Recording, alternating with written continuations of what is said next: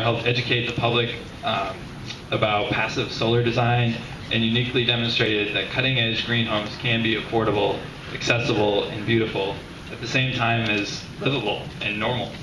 But this project was never intended solely as a competition entry. From the beginning, our team was focused on developing not one, but two houses that could have a really lasting impact. The truly integrated city, community, and Habitat for Humanity project is set a new bar for stakeholder inclusion and neighborhood-focused collaborative development, and hopefully it will serve as a model for many such projects and partnerships. And Powerhouse proved that sustainable building can also be simple, decent housing, as Habitat says. It was constructible by students and unskilled volunteers using standard building practices and off-the-shelf materials.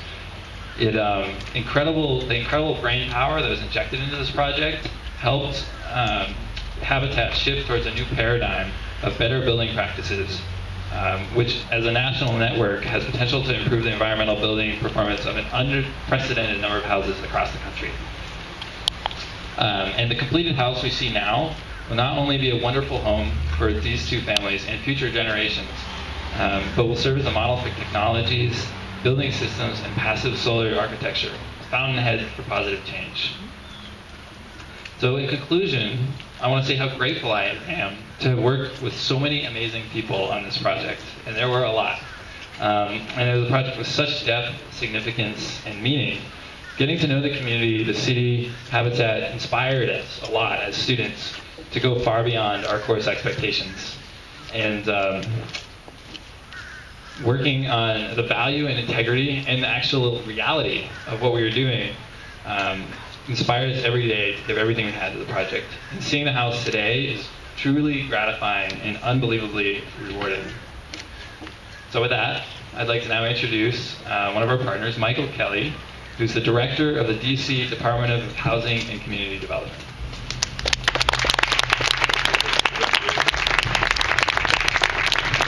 Congratulations, everybody. Great partnership. Great morning.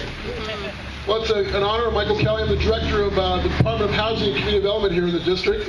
It's an incredible project, obviously.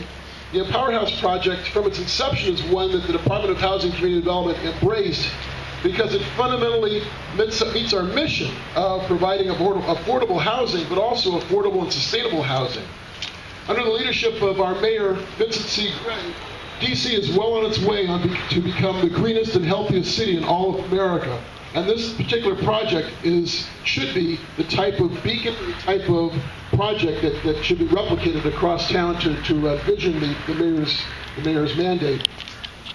You know, it's done incredible, obviously, the idea of affordable housing is one that's important, but it's also recognizing the opportunities for first-time home buyers to purchase and for that homeowner to maintain the property at an affordable rate. It's one thing to be able to bring a low-income person into a house at an affordable rate. It's a whole other thing to keep a family there by making sure that their operating costs become manageable.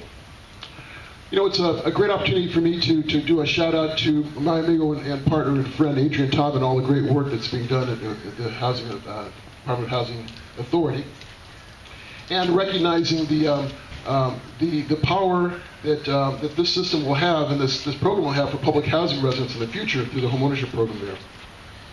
You know, one of the things that I cannot pass this opportunity by without saying that I'm an architect by trade, also a teacher by trade. I teach at the NYU's Wagner School for Public Policy in something called Green Building, and it's really something that I recognize the power of students and the power of how students can make a difference across the country. So I want to recognize the students and the staff, the faculty that have made this incredible project happen. You know, the 2011 U.S. Department of Energy Solar Decathlon had this project earn the top score in the affordability category. But the cool part about it was not only did it meet the benchmarks of having a project that would cost $230,000, it actually was came in $20,000 less than that. So it actually beat the mandates. It's truly important. One of the things I think that's important in terms of citing this, it's a recognition that that Deanwood was selected as a site because this is a particular area of town that has an incredible history of activism, has an incredible history of being cutting edge. And a quick shout out to Howard D. Woodson, a guy who they named a high school after, who was a prominent city activist, but he was also an architect.